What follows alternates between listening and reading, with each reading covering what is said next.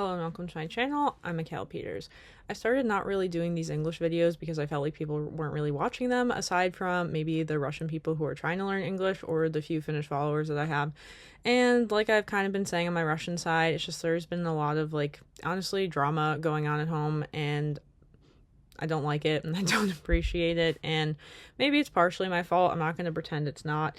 But today, I think I want to talk about how everybody thinks everything is fine when it's not, and it gets to the point, I mean, this is going to sound pretty psychotic. I don't care, because I really, again, I use this channel to try and spread awareness of some mental health issues, which I mostly do in English because I know they're not very well received by a Russian audience because of the way that, the culture is. Although I find it really interesting because Russian people are very into, let's say, a soft version of mental health discussions, very much so, more than, a lot of other cultures, but the willingness to speak very openly about these issues is still very taboo. It's kind of interesting, very nuanced in that sense. But today, I guess I just want to talk about the concept that people think that everything is fine when it's not. And maybe that's a really cool adaptation. It's probably a survival mechanism I developed as a really young child. I was actually talking to my aunt about this yesterday. It's cool. Now me and my aunt are talking again. Although that probably has to do with the fact that I'm doing exceptionally badly. And sometimes people can be there for you when you're doing badly, but not when you're doing well. It's not necessarily a good thing, but it is a thing. And I'm not going to question it. I'm just going to appreciate it. All right, now I'm doing my little wiggle thing. Okay, so I got sick of sitting cross-legged. All right, now trying to figure out what direction to go in with this. Yeah, basically we were explaining the issue is I'm really good at hiding my emotions, which is kind of interesting because I never really felt that way, but I'm really good at hiding the emotions that are depression related. So it's kind of cool, actually. I'll be super depressed. There was one summer I was so depressed that I started losing a bunch of weight, and that was rare. The only other time I'd seen that happen was when my mom got divorced from her second husband, and she just got really skinny, and it was weird. And that's kind of how I knew I was really doing bad, because I started getting really skinny. And it was bad. It was really what had happened was I had this weird friend breakup thing, and it was confusing to me, and I spent my really a year blaming myself for the situation before I kind of came to a realization that, it takes two to tango, and I couldn't have been completely at fault for that. And there were things in that relationship that really weren't working for me, and it was okay to do what I did. Even though I understand there was an undertone of probably this person feeling like I had betrayed her. But it's in the past, and as I always say, if the relationship fails at some point, it was never really destined to be, because if it didn't happen then, it would have happened later. So that's kind of why I think in the US, in the US, the stakes are a lot higher, okay? Time is money. You're very much, not you, but me, let's say me, okay? I'm very protective with my time in the US. I already feel financially behind all the time, despite the fact that I actively try to stay at home and do nothing just to not spend money. And it's hard. It's really hard. So I'm not going to say skeptical, but I'm very conservative, let's say, with who I'm willing to spend my time with, even people I'm friends with. It's I call it being on the friend rotation, where, you'll see me every 6 months to a year, and then people think that's not a good friend, and I'm it's a good friend to me. I don't know. So people have all different views on this. That's fine. People can have whatever views they want, but I'm sharing my opinion. All right. So I'm really lucky in the sense that even very close people to me will not be able to tell that I'm severely depressed. And I'm not going to lie in saying that right now is not one of those times. It is, but it wasn't as bad as when I came back from Finland in 2023. It's bad, it's stressful, and I've got a lot of things I need to do, and I'm really focused on that, but it's just not the same level. And I think one of the most helpful things was that when I was in Finland, I actually made friends with people who were fairly actively depressed and open about this, and we would just talk about how do you cope with it, right? And I think one of the best pieces of advice I ever got from my one friend was do something you love for yourself, just selfishly, by yourself, for an hour every day. He's for me, that's playing video games. You need to decide what that is for you. And I was okay, it's maybe that's exercising for me, maybe it's reading, I don't really watch things that much. Maybe it's cleaning my bathroom. It doesn't matter. But whatever the thing is that I like doing that makes me feel better, I'm going to do. So at this point, part of it is probably doing my YouTube channel or like singing songs for my YouTube channel. That one has been exceptionally helpful during the times when I'm feeling particularly uninspired and like I don't know what I'm going to do. I'd say before this really strong depression set in, which has probably been around for the last few weeks, I'm not going to lie about that. I used to like wake up in the mornings and think a lot about like what I was going to do with my channel. And I feel like it's just been a really slow decline these past couple weeks because it's getting closer to me being forcibly removed from my home. I have no better way of framing that. Because me and my brother were like, kicked out versus evicted. Well, evicted is a process. Eviction is a process. All right, whatever. I'm not going to get into all that because this is too much airing dirty laundry for my liking for the public. But anyway, yeah, feeling great is hard, okay? And I think it's okay to talk about that. And I think that people like to sit there and think that other people have it better than them. I don't know if they find this inspirational or what they really think, but I'm kind of here to tell you that things are not good for me, okay? And I'm not saying that to make you feel bad for me. It's like, I just want people to understand that no amount of physical beauty, no amount of travels, no amount of money is actually going to make you feel better. Because yes, part of it is a mindset and part of it is being self-aware and actively paying attention to what makes you feel better and what doesn't make you feel better. So one of the things I just talked about in my Russian video is a sad reality that when I feel like I'm out in the real world being myself and just not having any expectations placed upon me or expectations that I mistakenly internalized that were not really there, that I feel better. And the thing is, it has nothing to do with whether I feel like I can or can't meet the expectation. It's the fact that I feel that there is a perceived expectation is the thing that stresses me out. So obviously, family loves you, family cares about you, family is constantly trying to prevent you from making mistakes. And they get very emotional about this because a lot of times they have a harder time, especially depending on how, let's say, mentally unwell your family is, separating themselves from you and understand that there's a boundary between your behaviors and theirs. And, I would pretty forthcomingly admit this has been a struggle between me and some of my particularly female relatives.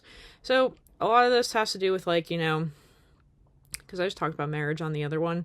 Like, if I say, like, I'm trying to get married really quickly, my mom will freak out and start screaming at me. Or, what are some other ones? That's like the most salient example I'm going to use. Other ones are like with like healthcare stuff. And if I'm not going to, I don't want to do this healthcare choice, then that can also be unfavorably received by my family. So a lot of these things are tough. I have this with my friends, right? But I'm not trying to like get validation from my friends, which that's a good point, right? And this is something I bring up and I like to bring up is that kids are naturally always going to seek approval from their parents, their biological parents. It's just innate. Why does that make sense? Because as a baby, your survival is reliant on your parents and them liking you. And unfortunately, in this day and age, where all the resources are super not well distributed, that also is the case where if your parents like you and they're willing to help you buy a house and stuff like that, that definitely relates to your survival now. Because that's the unfortunate reality of the world we live in. Probably it's always been that way, but now that I'm in the situation, I'm more aware of that's how that works. Assuming, again, there are enough resources for that to be provided, but if not, then you're usually allowed to live at home for longer, as they do in a lot of other cultures, until the people get married, and then the women get pawned off onto the men to be their financial problem. But now the world is changing, and everybody's confused, including myself, and that's fine. Okay, so, anyway, before I get into a whole gender rant about this, because those things really make me kind of angry, I'm not going to lie about that. It's just people look at me and they think that I'm great and that my life is great and that I must be really happy, and I'm not, okay? It's like I've been chasing something my whole life, and as soon as I get it, I have to start chasing the next thing. And again, it's like the why overachievers have low self-worth video that I already made, but it's like I'm just going to keep returning to that concept, okay? So I think it's really cool in a way that people can think everything's fine and that I'm fine, but like what I'm trying to tell you is I'm really not. And this is not like a cry for help. It's just, I think it's kind of amazing how good I am, and maybe other people could be, right, at hiding how much they're really suffering and how hard things are for them. And again, it's not to make people feel bad. It's to like spread awareness that no matter how fabulous your life looks on the outside, doesn't mean that's actually how you're feeling on the inside. And then what do you have to do to make your life worth living to the point where you don't want to just give up and die? You have to figure that out, right? And for me, I kind of have an idea of what some of those things look like. Maybe sometimes it is travel as an outlet.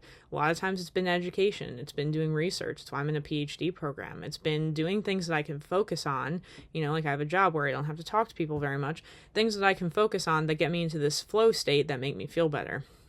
And for me, because of all the psychiatric challenges I have around whatever the heck it is, like whether it really is BPD or autism or ADHD, all things that affect my ability to emotionally regulate and interpersonally function with people, I have rarely derived a lot of satisfaction in my life out of relationships.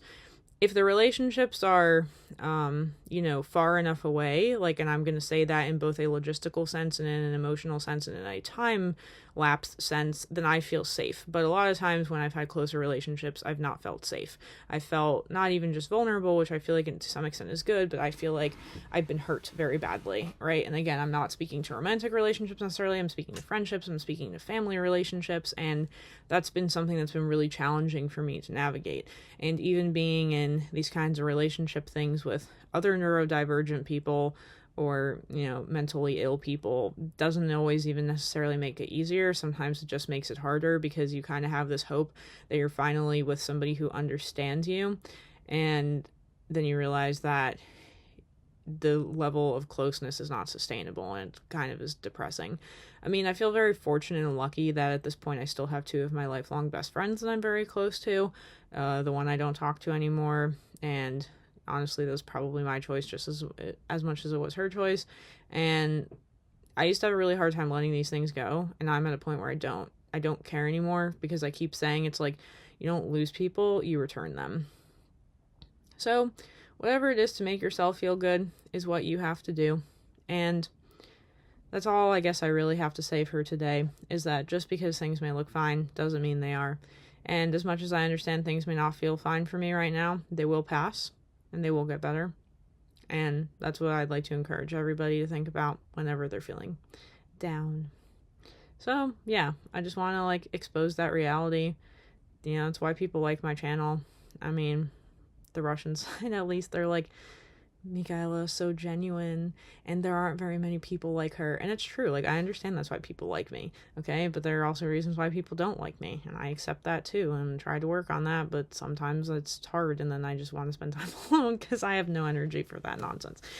But yeah, that's part of me understanding what makes me happy. Not getting too close to people makes me happy. And maybe some people think it's sad. I think it's survival. That's all. So, yeah, speaking of survival, I need to go back to working so I can get my bills paid. Okay, so that's going to be everything for today. It's lunch hour, and I'm hungry. I need to go eat something.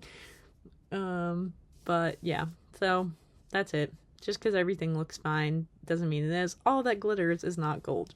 So just because my life looks fabulous doesn't mean it is. And think more about the things you appreciate in your life, because that's the only way you're going to be happy.